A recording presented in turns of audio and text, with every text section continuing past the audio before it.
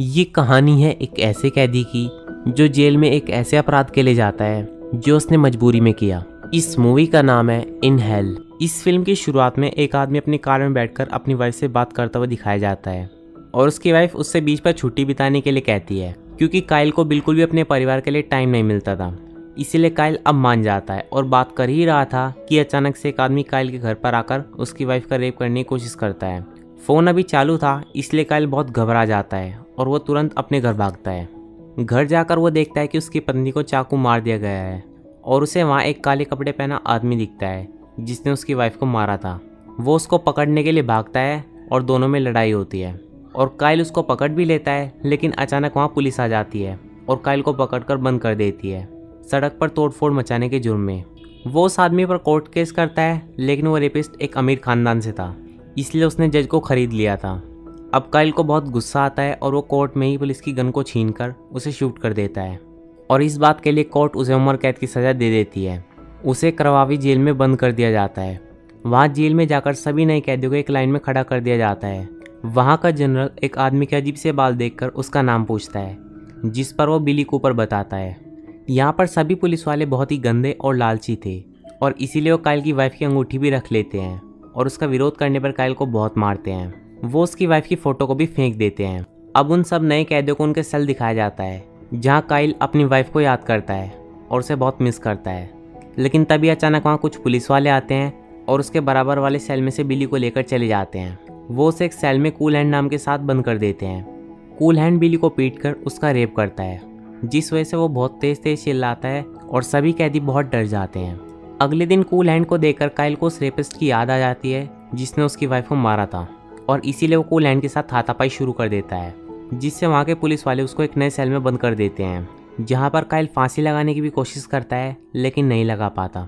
फिर पुलिस वाले उसे ले जाकर एक तगड़े इंसान के पास कैद कर देते हैं जिसने अपने 3 सेलमेट्स का मर्डर कर दिया था। और जब काइल उसे देखता है तो वो बहुत डिसिप्लिन में अपना काम कर रहा था और फिर बेड पर लेटकर अपनी बुक्स पढ़ने लगता है। अगले दिन काइल का रिलेटिव उससे मिलने जेल में आता है जहाँ वो बात करते हैं। फिर कूल हैंड काइल को बॉल फेंक कर मारने की कोशिश करता है, लेकिन बॉल दूसरी गैंग को लग जाती है जिससे उन दोनों गैंग्स में लड़ाई शुरू हो जाती है। तभी वहाँ पुलिस आती है और उनसे कहती है कि लड़ाई का इतना ही शौक है तो स्पार्का में लड़ो। अब यहाँ काइल को कुछ टाइम बीत जाता है और उसके 2 दोस्त बनते हैं, बिली और यूसुफ।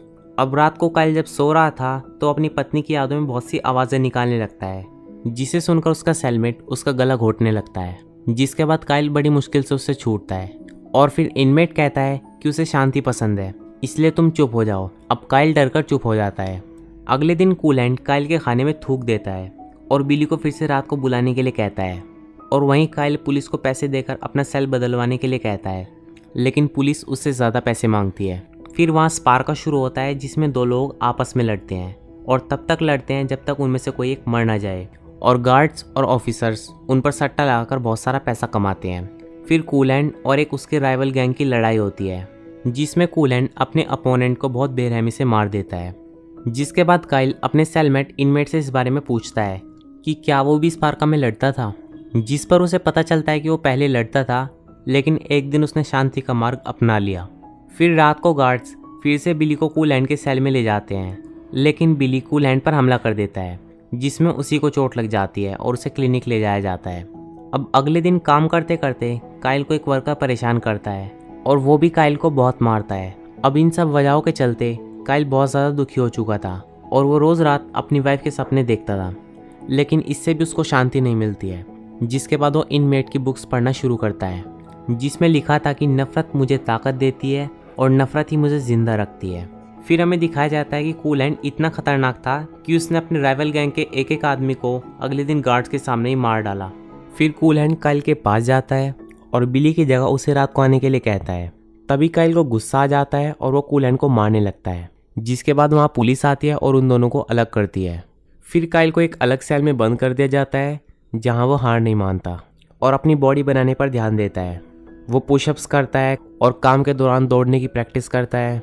फिर हमें दिखाया जाता है कि एक लैंडमाइन के नीचे आकर एक गाड़ी फट जाती है, जिसकी आड़ में बिली वहाँ से भागने की कोशिश करता है, लेकिन पुलिस उसे पकड़ लेती है और उसे बहुत मारती है। अब ये सब इनमेट भी देख रहा था, लेकिन उसे देखकर ऐसा लगता है कि वो इस सबको एक्सेप्ट कर चुका है वहीं दूसरी तरफ काइल इनमेट की बुक्स पढ़ता है, जहाँ उसे बहुत हिम्मत मिलती है और वो स्पार्का के लिए अपनी बॉडी को बना लेता है। फिर वो स्पार्का में लड़ने जाता है और वहाँ कूल हैंड से लड़ता है। पहले तो कूल हैंड काइल को बहुत मारता है, लेकिन काइल उसे लास्ट में गिराकर उसके गले का मांस फाड़ देता है। अब ऐसे ही धीरे धीरे काइल रोज स्पार्का में लड़ता था और जल्द ही सबसे अच्छा फाइटर बन जाता है। फिर एक दिन इनमेट काइल को देखता है, जिस पर काइल उससे पूछता है कि तुम ऐसे क्या देख रहे हो। इनमेट उससे कहता है कि तुम्हें पता भी है तुम क्या कर रहे हो? शायद नहीं। अगले दिन काइल का रिलेटिव फिर से उससे मिलने आता है, जिस पर वो उसे झूठी दिलासा देने की कोशिश करता है, लेकिन काइल को सच्चाई पता थी, इसलिए वो चुप रहकर वहाँ से चला जाता है। इसके बाद वहाँ पे रशियन इंडिपेंडेंस डे मनाया जाता है, जहाँ पर यूसुफ बिली को बाहर निकलने की चाबी देकर कहता है कि तुम यहाँ से बाहर निकल सकते हो। जब बिली उसके बताए गए रास्तों पर जाता है तो वहाँ उसे कोई गेट नहीं मिलता और पुलिस उसे पकड़ लेती है। वहीं हमें वालिया को दिखाया जाता है, जो काइल से मिलता है और उसके हाथ को जोर से पकड़ लेता है। वालिया दूसरी जेल का कैदी था, जिसे काइल से लड़ने के लिए लाया गया था। जिसके बाद बिली को वालिया के सेल में भेज दिया जाता है, जहाँ वालिया भी राक्षसों की तरह उसका रेप करता है। और असल में इस सब का कारण यूसुफ ही था। यूसुफ ने पुलिस के कहने पर बिली के भागने का प्लान बनाया था, ताकि वो बिली की सजा के लिए वालिया के सेल में छोड़ सके। अब अगले दिन काइल बिली को देखता है, जो बहुत बुरी हालत में था। बिली मरने वाला ही था कि वो काइल से कहता है कि तुम इनके साथ रहकर इनके खेल में बंद रहे हो, जैसे तुम हो वैसे ही रहना। ये कहकर वो मर जाता है और इससे काइल को बहुत दुख होता है और फिर वो कभी ना लड़ने की कसम लेता है। इसके बाद जब अगले दिन वालिया को काइल के सामने लड़ने के लिए लाया जाता है, तब काइल उससे लड़ने की बजाय वहीं पर बैठ जाता है। पुलिस उससे लड़ने के लिए कहती है, लेकिन वो नहीं लड़ता, जिससे स्पार्का को वहीं रोकना पड़ता है। पुलिस उसे सजा देने के लिए वहीं एक खंभे से बांध देती है और कहती है कि जब तक तुम नहीं लड़ोगे तब तक तुम्हें यहीं रहना होगा। और जब इनमेट को पता चलता है कि यूसुफ ही बिली की मौत का जिम्मेदार है, तो उसे मारने वहाँ आता है। यूसुफ उसे बताता है कि उसको कुछ दवाइयों की ज़रूरत थी, इसीलिए उसने ऐसा किया, लेकिन फिर भी इनमेट यूसुफ के पास जाकर उसे मार देता है। वहीं दूसरी तरफ सारी गैंग्स काइल को देखकर कहती हैं कि इस जेल में उन्हें वो बना दिया है जो वह है ही नहीं। वो काइल से प्रेरित होकर स्पार्का में ना लड़ने का डिसाइड करते हैं, जिससे कोई भी स्पार्का में भाग नहीं लेता। फिर पुलिस भी कुछ देर बाद काइल को खोलकर क्लिनिक में ग्लूकोज लगवाती है। वहाँ का जनरल जेल में आता है और सबको धमकी देता है कि करवावी जेल में कैदी हुक्म नहीं मान रहे हैं और अपनी चला रहे हैं, और ऐसा करने की क्या सज़ा मिलती है आज मैं तुम्हें दिखाता हूँ। अब वहाँ काइल को लाया जाता है और उसे एक पागल बड़े से इंसान के आगे लाकर खड़ा कर दिया जाता है, जो उसे जानवर की तरह मारने उसके पीछे भागता है। काइल उससे बचने की कोशिश करता है, लेकिन वो उसे पकड़ लेता है। लेकिन तभी काइल बचने के लिए दीवार पर जोर जोर से हाथ मारता है, जिसे सुनकर वो पागल इंसान उसे छोड़ देता है। इससे काइल को समझ में आता है कि इस आवाज़ को सुनने के बाद ये आदमी शांत हो जाता है, इसीलिए वो दोबारा इसी तरह की आवाज़ें निकालता है, जिससे वो इंसान पूरी तरह से नॉर्मल हो जाता है। लेकिन ये देखकर जनरल काइल पर गन चलाता है, जिससे सभी कैदी काइल को बचाने के लिए सेल तोड़ने लगते हैं और वहाँ पुलिस को मारने लगते हैं। और इस बीच पुलिस की गोलियों के कारण कुछ कैदी और वो पागल इंसान मर जाता है।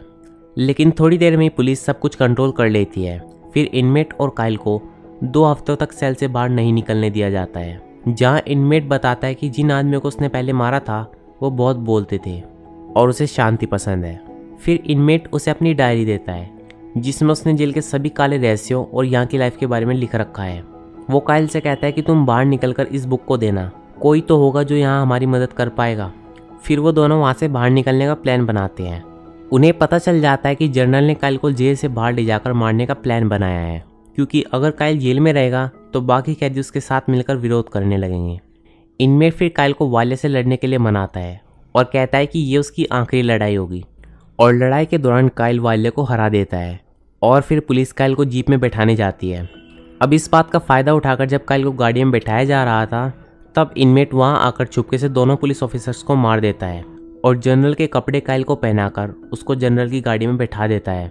काइल उसे भी बैठने के लिए कहता है, लेकिन इनमेट कहता है कि ये जेल ही उसका घर है और वो यहाँ से बाहर नहीं जाना चाहता। इनमेट फिर जनरल के कमरे में जाता है और वहाँ जाकर जनरल की ज़बान काट देता है, और वहीं दूसरी तरफ काइल को सब जनरल समझकर उसकी गाड़ी को जाने देते हैं। और इस तरह से काइल करवावी जेल से बाहर निकल जाता है और इनमेट की डायरी को पब्लिश करता है, जिससे उस जेल पर कार्रवाई होती है और 3 महीने के अंदर ही वो जेल बंद कर दी जाती है और ये मूवी यहीं पर ख़त्म हो जाती है। दोस्तों, ये मूवी सच्ची घटना पर आधारित मूवी है और आपको ये वीडियो कैसी लगी हमें कमेंट सेक्शन में ज़रूर बताना। और अगर वीडियो अच्छी लगी हो तो इसे लाइक करें, चैनल को सब्सक्राइब करें और बेल आइकन दबाना मत भूलें। Thanks for watching my video.